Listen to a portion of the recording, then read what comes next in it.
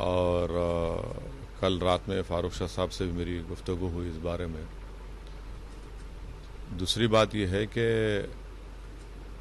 ना महाविकास अघाड़ी से कोई हमसे बात नहीं किया, ना हमारे एमएलए से कोई कांटेक्ट किया। तो इसलिए हम देखेंगे, अगर वो लोग महाविकास अघाड़ी को ज़रूरत है हमारी, तो उनको चाहिए कि एमआईएम से कांटेक्ट करें। नहीं चाहिए तो ठीक है, कोई बात नहीं, हम लोग जो फैसला लेना लेंगे। मगर अभी तक तो उनके पास से कोई कांटेक्ट नहीं हुआ है और हम भी हमारे एमएलए से बात कर रहे, और इंशाअल्लाह ताला 1 या 2 दिन में, क्योंकि 10 तारीख को पोलिंग है, 1 या 2 दिन में हम लोग फैसला ले लेंगे उस बारे में। महाविकास अघाड़ी अगर से आपसे कांटेक्ट करते हैं, अगर से आपको वोट मांगते हैं, तो क्या आप देंगे? आप बोलो कांटेक्ट करने के लिए, छठा जो उम्मीदवार है तो कांटेक्ट करने के लिए अपने आप खुल के बोलो ना। कोई बात आपको पॉलिटिकली ऐसे नहीं करो, खुला बोल रहा हूँ मैं आप। अगर छठा जो उम्मीदवार है वो भाजपा। देखो उर्दू में कहावत है, जिसके पेट में दर्द है उन्हें अजवान खाना, समझे ना। अगर महाविकास आघाड़ी आपसे कांटेक्ट नहीं करते तो आप किसको देंगे? हम अभी देखिए, हम अपना फैसला लेंगे ना। हमारे को हमारा फैसला लेने का है।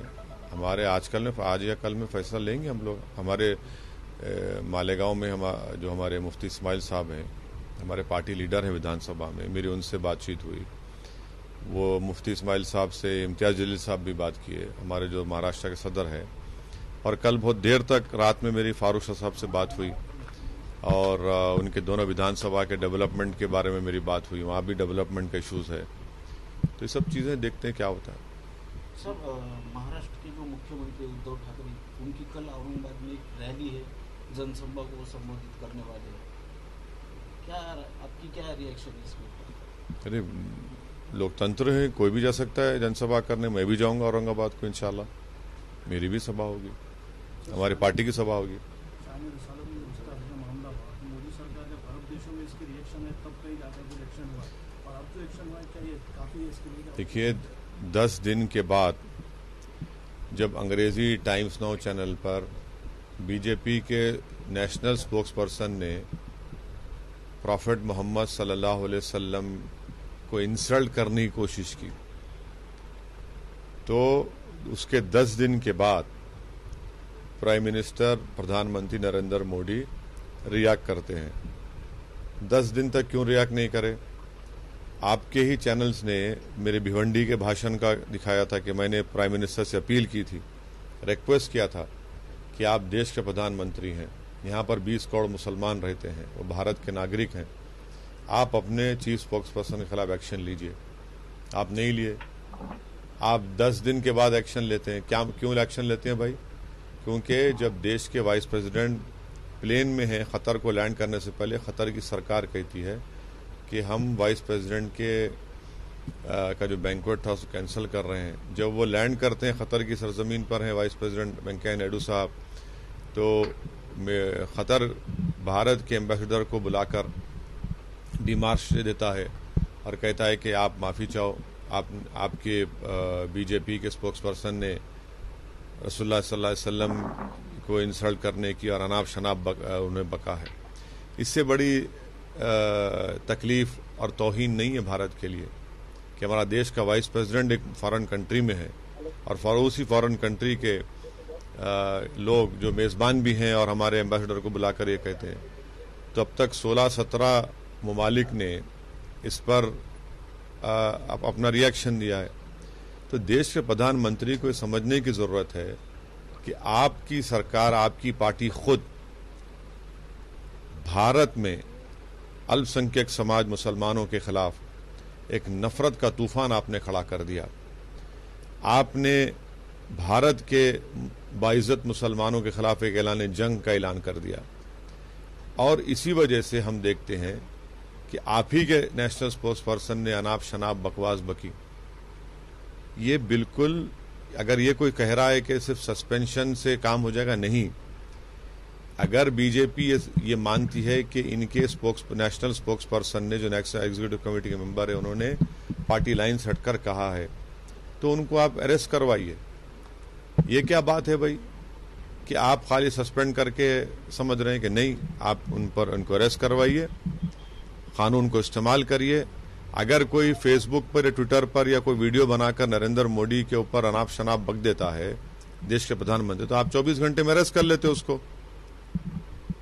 और हमको सबसे बड़ी तकलीफ इस बात की है भारत के मुसलमानों को कि हम 10 दिन से कह रहे हैं, आप हमारी बात को सुनते नहीं, हमारी तकलीफ को, हमारी पीड़ा को नहीं समझते।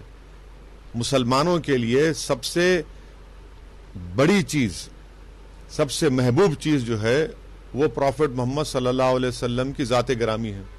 उससे बढ़कर कोई चीज नहीं हमारे लिए। आप हम पुकारा नहीं सुन रहे, आप कोई फॉरेन कंट्री के लोग इस पर बोलते हैं तो आप रिएक्ट करते हैं। भाई हमारी तकलीफ को आप क्यों नहीं सुनेंगे? तो देश के प्रधानमंत्री जो भारत के मुसलमानों को इन फॉरेन कंट्रीज के प्रिज्म से देखते हैं, वो उनकी गलत सोच है। वो उनको जब उनके देश का नागरिक पुकार कर कह रहा है हाँ वो मुसलमान है, मगर उनको ये चाहिए था कि वो इन मुसलमानों की पहली बात सुन लेते और उनकी तकलीफ को समझते और उसी वक्त एक्शन ले लेते। आप 10 दिन के बाद एक्शन लेते तो आपका एक्शन जो है हालत मजबूरी में आपने लिया है। और हम देश के प्रधानमंत्री को और भाजपा के लोगों को बता रहे हैं कि 6 मिलियन भारत के लोग इन गल्फ कंट्रीज में रहते हैं। 55% रेमिटेंस इन कंट्रीज से भारत को आता है, फॉरेन एक्सचेंज। अगर उनकी सेफ्टी का प्रधानमंत्री क्यों नहीं सोच रहे? फिर अगर वहां पर लोग भारत के लोगों के ऊपर तकलीफ देना शुरू कर देंगे उनको, खुदा ना खास्ता, क्या प्रधानमंत्री क्या करेंगे जब? तो देश के प्रधानमंत्री को ना सिर्फ देश के भारत के लोगों के बारे में सोचना है, बल्कि जो भारत के लोग 6 मिलियन लोग यहां पर रहकर मेहनत मजदूरी कर फॉरेन एक्सचेंज रेमिटेंस भिजा रहे हैं, उनके बारे में तो उनको सोचना पड़ेगा। हमारी फॉरेन पॉलिसी बिल्कुल खत्म होकर रह गई। देश में जो नफरत का माहौल है वो फॉरेन पॉलिसी में प्रधानमंत्री लाना चाहते हैं। और खतर में जो भारत के एम्बेसडर है वो किस बुनियाद पर कह रहे हैं कि फ्रिंज एलिमेंट थे? कोई नेशनल पार्टी का स्पोक्स पर्सन जो रूलिंग पार्टी का फ्रिंज हो सकता है क्या? फ्रिंज नहीं है, वो मेन एलिमेंट है, बल्कि वो फ्रंट ब्रिगेड है। तो इसीलिए हम भारत के प्रधानमंत्री से कह रहे हैं कि आप इन चीजों को रोकिए। मुझे यकीन है कि ये चीजें रुकने वाली नहीं है। फिर आप देखेंगे बैक टू बिजनेस जो बोलता ना 8-10 दिन के बाद फिर शुरू हो जाएंगे। आए दिन रसूलुल्लाह सल्लल्लाहु अलैहि वसल्लम को इंसल्ट करने की कोशिश, ख्वाजा अजमेरी, सुल्तान हिंद ख्वाजा गरीब नवाज की शान के बारे में इंसल्ट करने की कोशिश करते हैं, अनाप शनाप बकते हैं, मुसलमानों को आए दिन गालियां देते हैं, इस्लाम को गालियां देते हैं। ये क्या हो रहा है? फिर ये इसको रोकना चाहिए देश के प्रधानमंत्री को, और उनकी पहली जिम्मेदारी है कि इसका नोट लें। होना चाहिए। यहां पर भी कंप्लेन दिया नांदेड़ में।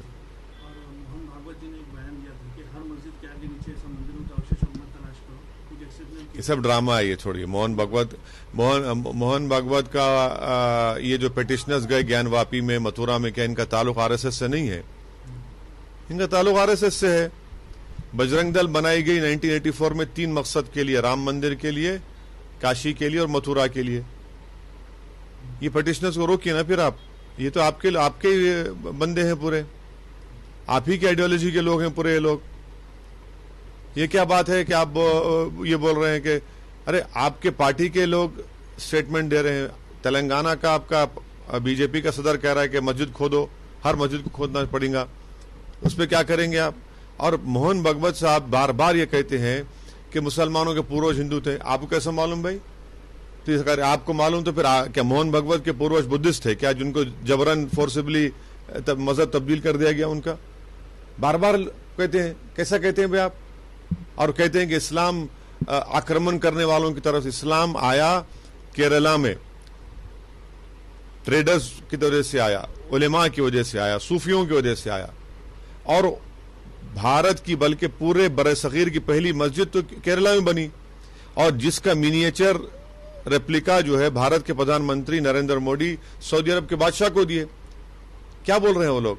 भारत कैसे बना? मैं फिर से कह रहा हूं, भारत बना जो पूरा बरसगीर है, जो मौजूदा इंडिया, पाकिस्तान, बांग्लादेश, अफगानिस्तान, बर्मा, भूटान, नेपाल है, इन सब इलाकों में प्रूवन हो चुका है कि 65,000 साल पहले अफ्रीका से लोग आए थे, फिर 50,000 साल पहले ईरान से किसान आए, फिर सेंट्रल एशिया ईस्ट एशिया से आए, तो ये बना पूरा।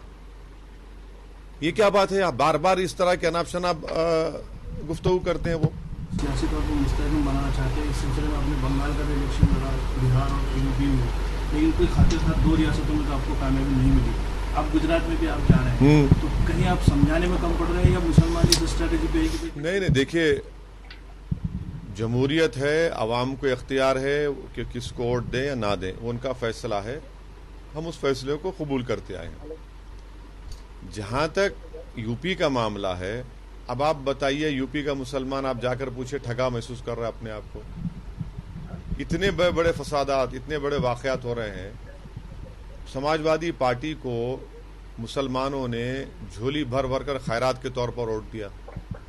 एक लफ्ज नहीं बोलते ज्ञानवापी के ऊपर, मथुरा के ऊपर। खुद उनके एक पार्टी का विधायक है जिस मुसलमान है, पेट्रोल पंप का उनका तोड़ दिया गया, उस पर जबान नहीं खोलते।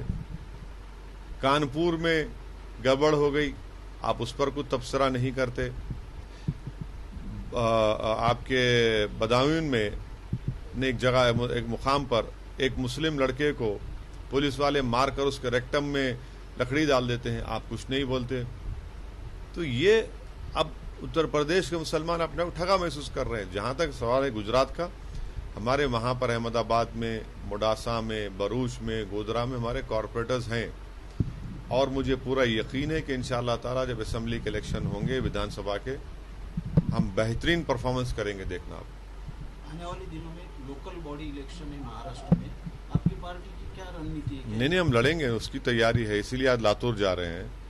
फिर हम महाराष्ट्र का मेरा टूर होगा, हमारी पार्टी एक्टिव हो चुकी है, तो इसीलिए हम तैयारी कर रहे हैं, और हमारे पार्टी के पूरे मेंबर्स एक्टिवली काम कर रहे हैं उसके लिए। किसी के साथ आप जो पार्टी है तो उनके साथ आघाड़ी वगैरह करेंगे? अभी देखेंगे, अभी तो बताए, अभी इतना जल्दी होगा, जब टाइम आएगा बताएंगे।